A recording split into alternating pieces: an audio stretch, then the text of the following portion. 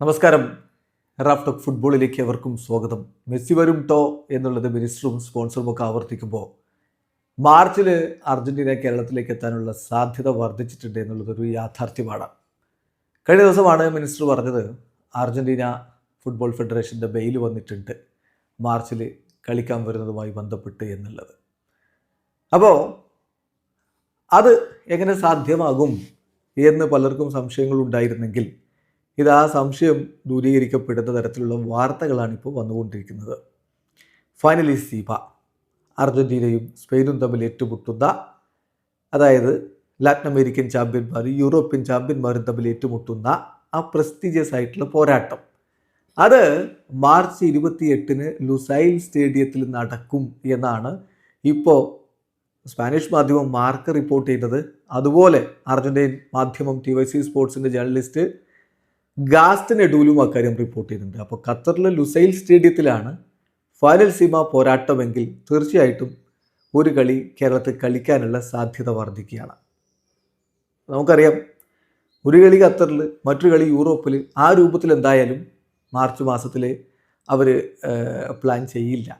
കാരണം അങ്ങോട്ടും ഇങ്ങോട്ടും ഇങ്ങനെ ട്രാവൽ ചെയ്തുകൊണ്ടിരിക്കുക എന്നുള്ളത് അത്ര സുഖകരമായിട്ടുള്ള ഒരു കാര്യമല്ല എന്നുള്ളത് കൊണ്ട് തന്നെ, പ്രത്യേകിച്ച് വളരെ കുറച്ചൊരു സമയമാണ് ഇന്റർനാഷണൽ ബ്രേക്കിൻ്റെ സമയത്ത് ഉണ്ടാവുക. മാത്രമല്ല, ഈ നവംബർ മാസത്തിൽ അവരാകെ ഒരു മത്സരമേ കളിക്കുന്നുള്ളൂ, അങ്കോളയ്ക്കെതിരെ. അപ്പോൾ ഇനി മാർച്ചിലും ഒരു കളി അവർ ഡ്രോപ്പ് ചെയ്യാൻ ഒട്ടും സാധ്യതയില്ല. വേൾഡ് കപ്പിന് തൊട്ട് മുമ്പാണ് മാക്സിമം കളി കളിക്കാനായിരിക്കും അവർ തയ്യാറാവുക. 2 കളികൾ ആ വിൻഡോയിൽ അവർ കളിക്കും. ഇതിൽ സ്പെയിനിൻ്റെ കാര്യത്തിൽ മാർക്ക് ചില റിപ്പോർട്ടുകൾ നൽകുന്നുണ്ട്. സ്പെയിന് അർജന്റീനയുമായിട്ട് ഈ മത്സരം കളിച്ചു കഴിഞ്ഞാൽ പിന്നെ ഒരു കളി കൂടി ഖത്തറിൽ തന്നെ കളിക്കാനാണ് സാധ്യത. അത് ഒരു പക്ഷേ ഖത്തറിനെതിരെയാകാം എന്നും അവർ റിപ്പോർട്ട് ചെയ്യുന്നുണ്ട്. ഇനി ഖത്തർ അല്ലെങ്കിൽ അതിൻ്റെ ചുറ്റുവട്ടത്തുള്ള ഏതെങ്കിലും ഒരു രാജ്യങ്ങളിൽ ഒരു മത്സരം കൂടി കളിക്കുക എന്നുള്ളതാണ് സ്പെയിനിൻ്റെ പ്ലാൻ. അർജന്റീനയും അങ്ങനെയൊക്കെ തന്നെയായിരിക്കും.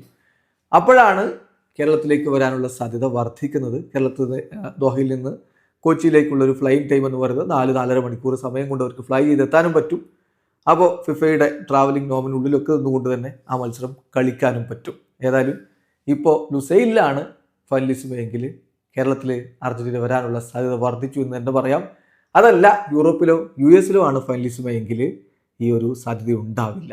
ഇപ്പോൾ ഈ ഫൈനലിസിമയുടെ കാര്യം ഒഫീഷ്യൽ പ്രഖ്യാപനമൊന്നും വന്നിട്ടില്ല. പക്ഷേ 2 രാജ്യങ്ങളിലെയും, സ്പെയിനിലെയും അർജന്റീനയിലും മാധ്യമങ്ങൾ പറയുന്നു മാർച്ച് 28 ഖത്തറിൽ ദോഹയിൽ ലുസൈൽ സ്റ്റേഡിയത്തിലായിരിക്കുമെന്ന്. ഇവിടെ അവസാനിക്കുന്നു. ഫുട്ബോൾ ലോകത്ത് കൂടുതൽ വിശേഷങ്ങളുമായി റാഫ്റ്റോക്സ് എത്താം.